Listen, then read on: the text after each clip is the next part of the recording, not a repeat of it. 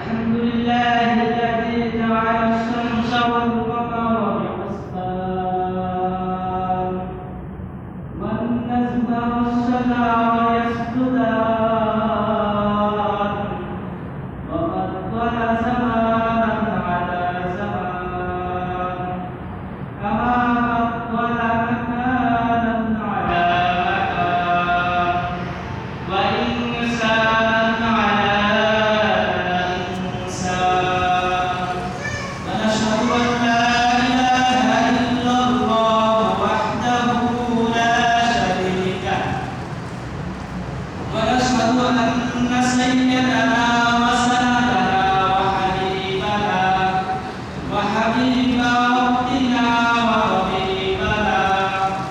وطبيب قلوبنا ومولانا محمدا عبده ورسوله أرسله بالحق بشيرا ونذيرا وداعيا إلى الله بإذنه وسراجا وقمرا منيرا أما بعد فأعوذ بالله من الشيطان الرجيم بسم الله الرحمن الرحيم إن عدة الشهور عند الله 12 شهرا في كتاب الله يوم خلق السماوات والأرض منها أربعة حرم ذلك الدين القيم فلا تهلكوا فيهن أنفسكم وقاتلوا المشركين كافة واعلموا أن الله مع المتقين. عن جابر رضي الله تعالى عنه قال قال رسول الله صلى الله عليه وسلم من وسع على أهله يوم عاشوراء وسع الله على أهله طول سنة. عن عبد الله بن عمرو رضي الله تعالى عنه قال قال رسول الله صلى الله عليه وسلم من صام عاشوراء فكأنما صام سنة ومن صدق فيه كان صدقة أو كما عليه الصلاة والسلام. সকলে আমরা দুরূদ করি আল্লাহুম্মা সাল্লি আলা মুহাম্মাদিন ওয়া আলা আলি মুহাম্মাদ কামা সাল্লাইতা আলা ইব্রাহিম ওয়া আলা আলি ইব্রাহিম ইন্নাকা হামিদুম মাজিদ.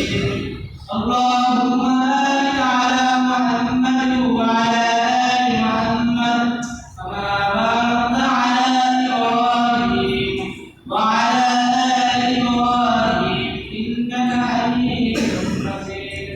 فلولا كماله أشرقت بجماله أشرقت بمصطفاه صلوا عليه وآله. الحمد لله সমস্ত প্রশংসা আল্লাহ তাআলার জন্য যিনি আমাদেরকে আজকে এই জুমার মসজিদে আসতে বসবার তৌফিক দিয়েছেন।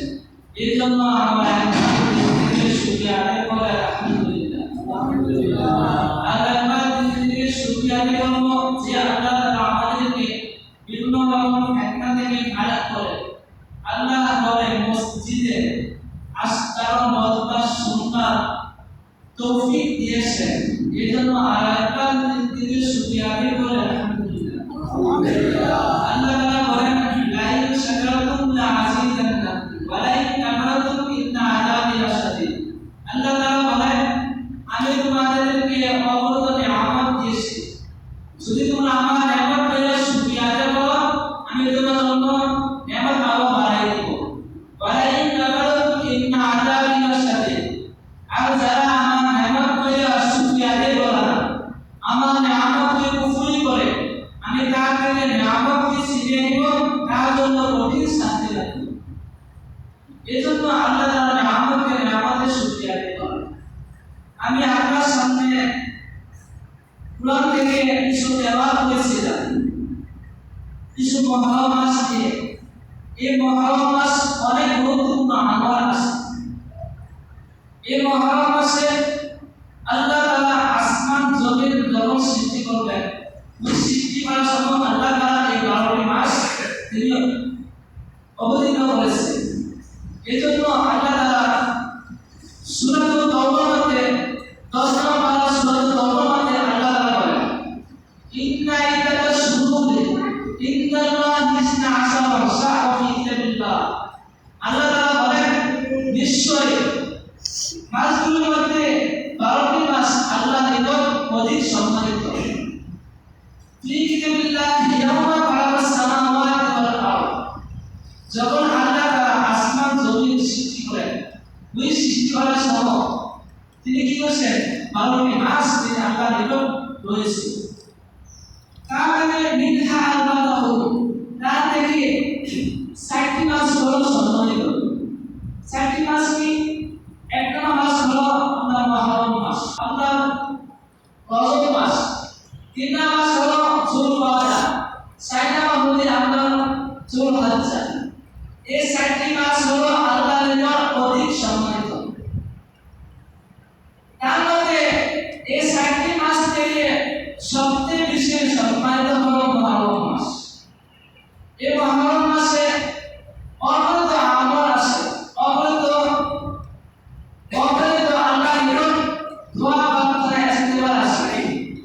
এই মাসের মধ্যে আল্লাহ তাআলা হযরত আদম আলাইহিস সালাতু ওয়াস সালাম তিনি যখন জান্নাতে আল্লাহ তাআলা যখন সৃষ্টি করেছেন, এই মাসে মুহররম মাসের 10 তারিখে আল্লাহ জান্নাত থেকে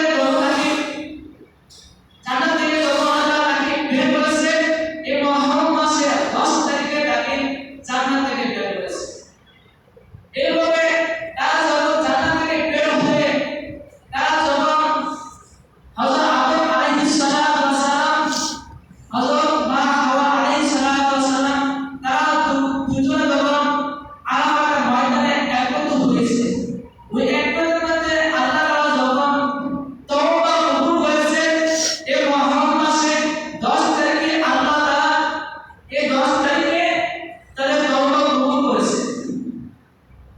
এই মাসের মধ্যে হযরত মুসা আলাইহিস সালাতু ওয়াস সালাম তিনি ইশারা করার কাফালা, ওই কাফালা ফেরাউন তাদের নিয়ত করেছিল, আমাদের মুসাকে আজকে ভিতর থেকে হত্যা করে দেব, তাদেরকে এখান থেকে বিতাড়িত করে দিব।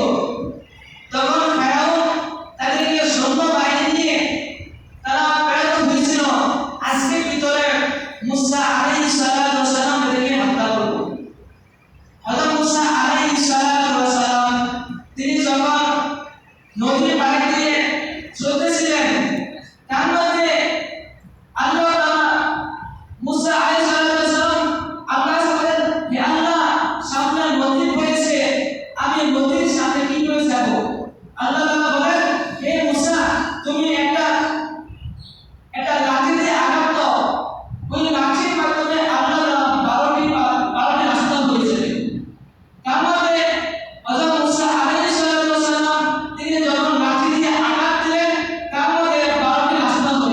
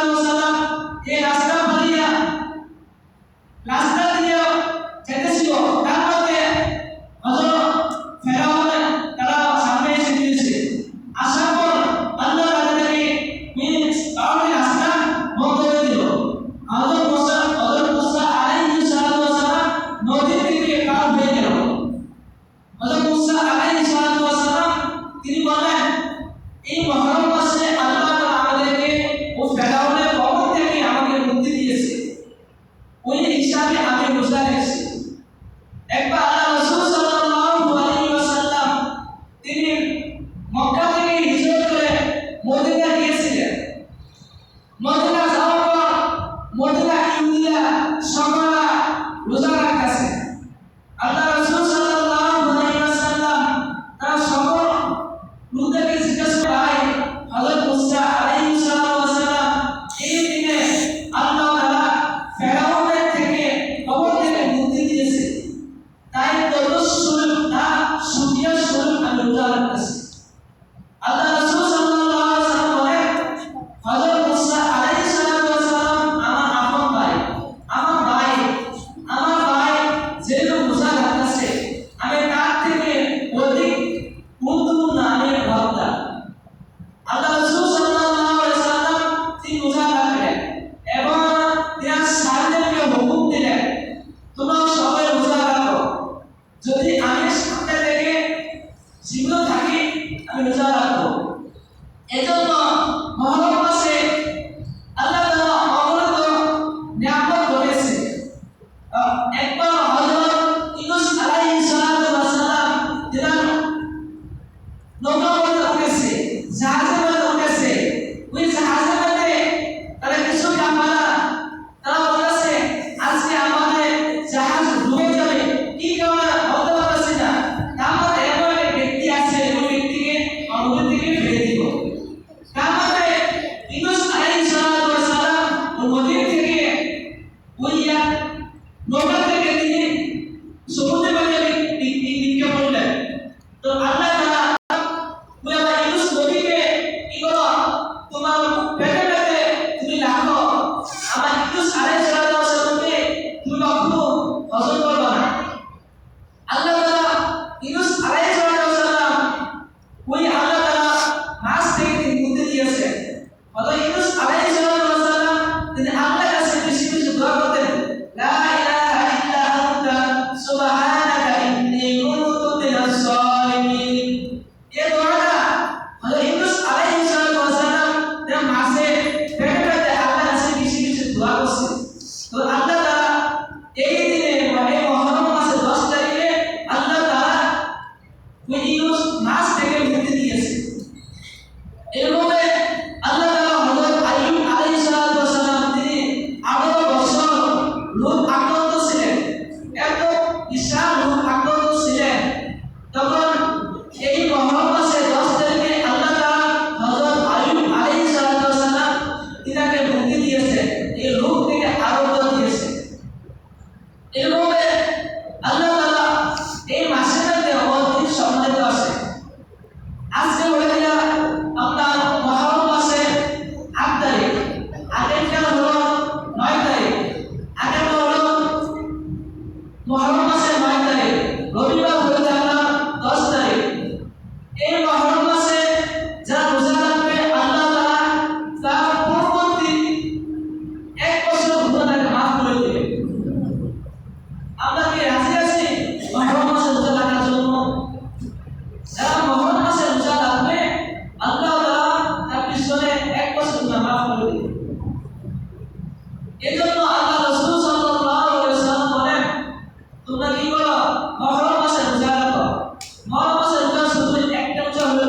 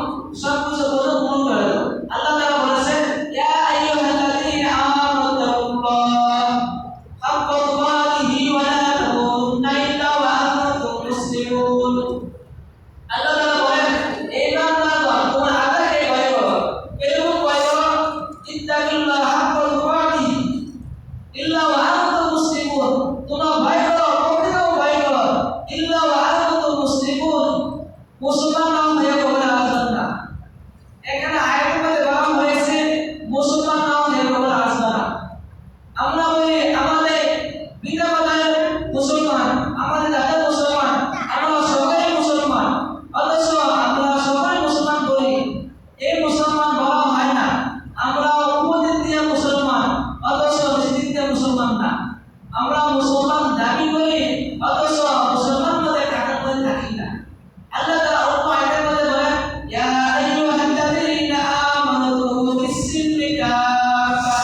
আল্লাহ তাআলা বলেছেন, এই বান্দাগণ তোমরা ইসলাম মধ্যে পরিপূর্ণভাবে প্রবেশ করো।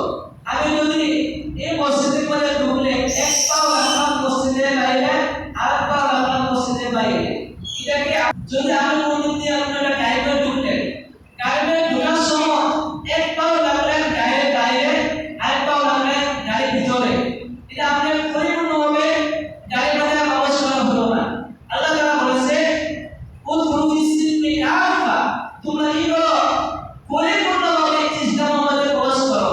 ওয়ালা তাত্তাবিউ খুতুওয়াতিশ শাইতান, আল্লাহ তাআলা বলেছেন তোমরা শয়তানের অনুগত করো না, শয়তানের কথা মানো না।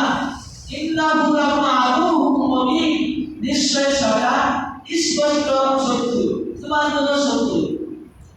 শয়তান তাদেরকে মাঝে মাঝে ধোঁকা দিবে, ও শয়তানের বাস্তব হবে। ওদেরকে বলি ভাই নামাজ পড়ে, সে বলে আমাকে শয়তান মানা করে। তুমি যদি ঠিকমতো নামাজ পড়ো, তাহলে কখনো শয়তান মানা করবে? নামাজ পড়তে হবে। আমি যদি মাদ্রাসা আপনাকে বলে হাইয়া আলাস সালাহ হাইয়া আলাল ফালাহ, তুমি আসো আল্লাহর দিকে আসো, সরকারের দিকে আসো হাইয়া আলাস সালাহ, নামাজ দিকে আসো হাইয়া আলাল ফালাহ, আল্লাহর দিকে আসো। অথচ আমরা বলি আমাদের কাজগুলো বলো, কাজটা সবচেয়ে বেশি বলো, আমরা কাজে বেশি মনে বলি, অথচ আমরা কি করি না, মসজিদে আসি না। আমরা শুধু কিছু মানুষ আছে শুধু জুমা নামাজ পড়ে, কিছু মানুষ আছে শুধু সাপ্তাহিক মুসল্লি, বছরই মুসল্লি, এইভাবে এই নামাজ আল্লাহ নিকট কখনো গ্রহণযোগ্য হবে না। সবথেকে বেশি গ্রহণযোগ্য হবে যারা নিয়মিত পাঁচওয়াক্ত আদায় করে। আল্লাহ রাসূল সাল্লাল্লাহু আলাইহি ওয়াসাল্লাম বলেছেন, যারা পাঁচ ওয়াক্ত নামাজ একেবারে একদম সহিহ আদায় করবে, আল্লাহ তাআলা তাকে 5টা পুরস্কার দিবেন। এরকম পুরস্কার এই দুনিয়া মধ্যে যত খাওয়া দাওয়া এরকম তাকে যত রিজিক আছে, ওই রিজিক আল্লাহ তাকে দূর করে দিবেন, কোনো অভাব থাকবে না। 2 নম্বর হয়ে দেয়া তাকে আল্লাহ তাআলা কবর আযাব মাফ করে দিবেন। 3 নম্বর হয়ে দেয়া আল্লাহ তাআলা তাকে ডান হাতে আমানত দিবেন। আল্লাহ তাআলা আম্মা মাকুল ইয়াকিতাবু বিয়ামিনি, যারা হাতে আমানত পাবে সে কত খুশি থাকবে, হায় আল্লাহ আমাকে আজকে আল্লাহ তাআলা আমাকে ডান হাতে আমানত দিয়েছে। এইভাবে যদি কোনো ব্যক্তি একটা সাগর বা বড় ছেড়ে দেয়, সে বলে আজকে আমাকে ভাই আমাকে ছেড়ে দিয়েছে, আমাকে আজকে মুক্তি দিয়েছে, আমাকে আমি আজকে স্বাধীন। যদি আল্লাহ আমাকে হাসর মধ্যে মধ্যে ডান হাতে আমানত দেয়, আমি কত খুশি হব। সাইডা হয়ে আল্লাহ তাআলা তাকে পুরস্কারে বিদ্যুৎ করে পার করে দিবেন। ও পুরস্কার হয়ে দিয়ে আপনার শুরু চাইতে শিখো, শুরু চাইতে দাঁড়াবো, ওই শুরু চাইতে আমরা চাইতে ভুলি।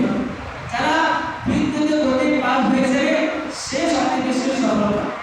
বাস্তব হয়ে যায় তাকে বিদায় হিসেবে দাম দেওয়া যায়। আমরা কি অন্তত নামাজ আসি আসেনি, আজ থেকে সকালে তওবা করে আমরা কি করবো, মসজিদে আসে 5 ওয়াক্ত নামাজ আদায় করবো। অনেক সময় দেখা যায় ফজর সময় দেখা যায় দুজন 3জন দেখা যায় মুসল্লি, জোহর সময় দেখা যায় 2জন, অনেক সময় দেখা যায় 1জন। এই নামাজ আপনার মসজিদে কাজ করলেন, আপনার মসজিদে সব কিছু দিলেন, অথচ মসজিদে আসলেন না। এই মসজিদ আসলে মনে আল্লাহ তাআলা কাছে বিরোধে সাক্ষী দিবে, এই বান্দা আমাকে মসজিদ বানিয়েছে, সব কিছু বলেছে, অথচ সে মসজিদে আসে না। আল্লাহ কাছে কি জবাব দিবা?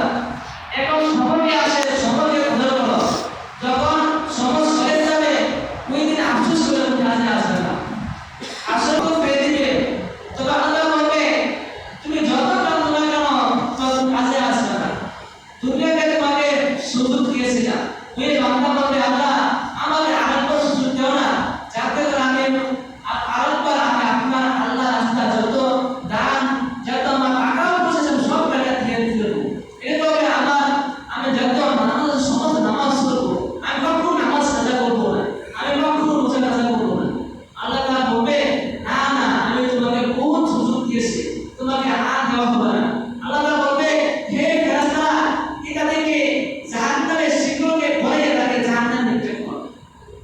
কত বড় ভয়ানক শাস্তি। অথচ আমরা দুনিয়ার মধ্যে বসে দুনিয়াকে সমকে নষ্ট করে দিই, দুনিয়াকে সমকে দাবি দিই না।